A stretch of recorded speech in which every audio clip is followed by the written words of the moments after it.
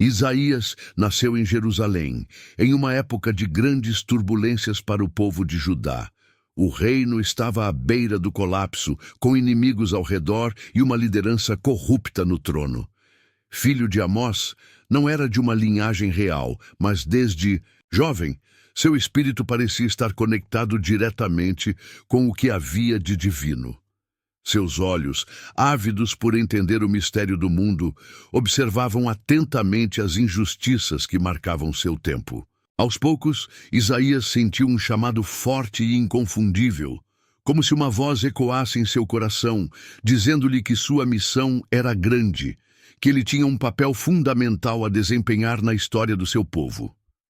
Não era apenas um profeta, em comum. Ele tinha sido escolhido para trazer uma mensagem de juízo, mas também de esperança. O Senhor, o Deus de Israel, falaria através dele para uma nação perdida que se afastara de seus caminhos e se entregara à idolatria. Mas antes que Isaías se lançasse a essa jornada, o destino o testaria de maneiras inesperadas. Era um momento de grande decadência em Jerusalém.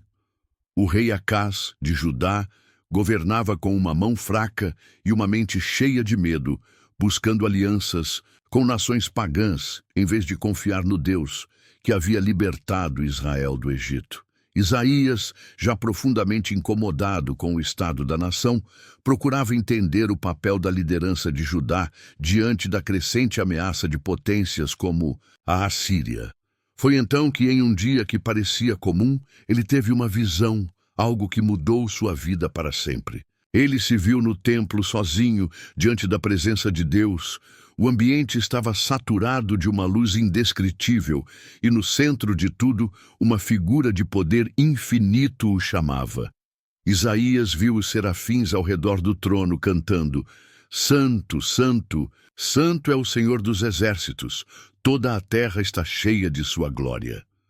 A visão foi aterradora e deslumbrante. Isaías, paralisado pelo medo e pela grandeza de tudo, gritou: Ai de mim! Estou perdido, pois sou um homem de lábios impuros. E vivo no meio de um povo de impuros lábios. Mas, para sua surpresa, um serafim desceu com uma brasa ardente, tocou seus lábios e disse: Vejo que tua iniquidade foi tirada e teu pecado perdoado. Essa purificação, esse ato de misericórdia divina, marcou o início de sua missão profética. Isaías, tocado pela pureza de Deus, respondeu ao chamado divino: Eis-me aqui, envia-me a mim. A partir desse momento, a vida de Isaías seria marcada por uma jornada de desespero e esperança, de mensagens de juízo e redenção. Ele deveria falar ao povo de Judá, uma nação em decadência, que continuava ignorante às advertências do Senhor. Mas Deus sabia que a resistência seria grande e que as palavras de Isaías seriam muitas vezes rejeitadas, sua mensagem desconsiderada. O rei Acás, tomado pelo medo da Assíria e tentando desesperadamente manter seu trono, ignorava as advertências do profeta. Quando Isaías foi até ele com uma mensagem direta de Deus, o rei recusou-se a ouvir. O Senhor havia ordenado que ele confiasse em Deus, mas Acás, em sua incerteza e em seu desejo de manter alianças pagãs, se recusou. Se vocês não crerem, não subsistirão, disse Isaías com firmeza, mas Acás, cego pela política, ignorou a ameaça de destruição.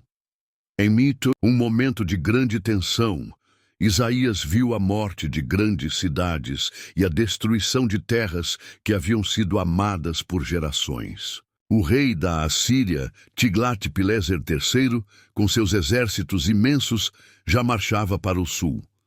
As tropas inimigas se aproximavam, e o futuro de Judá parecia uma sombra. O povo estava inquieto, e os corações dos líderes, fechados para o arrependimento, estavam em desespero.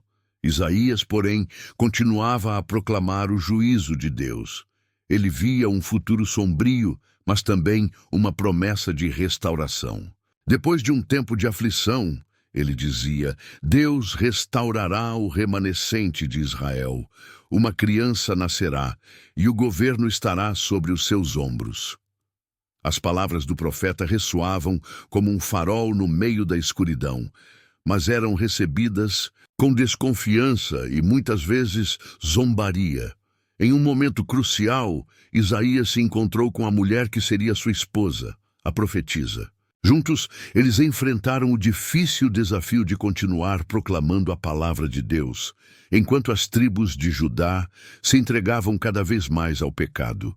Isaías teve filhos que, de certa forma, se tornaram símbolos da esperança e da justiça de Deus, suas vidas marcadas pelo profundo significado de suas mensagens. Quando o rei Ezequias subiu ao trono, uma nova esperança surgiu.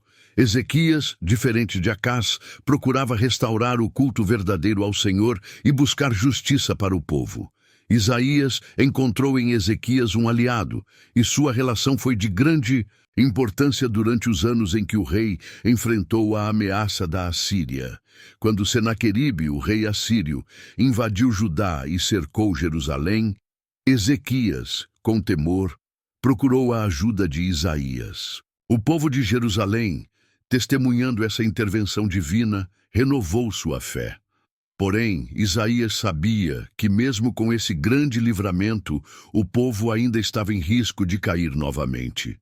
O profeta continuava suas advertências sobre a corrupção, a idolatria e a desobediência, sabendo que a redenção plena só viria quando o povo realmente se voltasse para Deus. A vida de Isaías não foi fácil. Ele viu o sofrimento de seu povo, as guerras e a queda de Jerusalém, que seria inevitável. Seus contemporâneos não entendiam totalmente a magnitude de suas palavras. A cada visão, a cada mensagem de juízo, o povo se afastava mais. No entanto, Isaías nunca se afastou de sua missão. Ele sabia que, embora a destruição fosse iminente, o plano de Deus estava em andamento.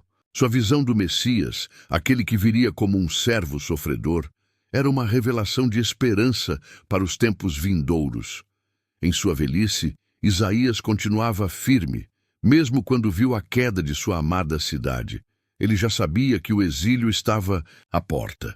Porém, também sabia que a palavra de Deus não falha e que um remanescente retornaria. Em seu coração, ele guardava a promessa de que um dia, em tempos de paz, o Senhor restauraria Israel e traria uma nova aliança. A história de Isaías, com toda a sua dor, esperança e profecias messiânicas, se tornou um legado eterno. Sua visão não foi apenas para aquele momento histórico, mas se estendeu para o futuro, apontando para a vinda do Salvador que redimiria a humanidade.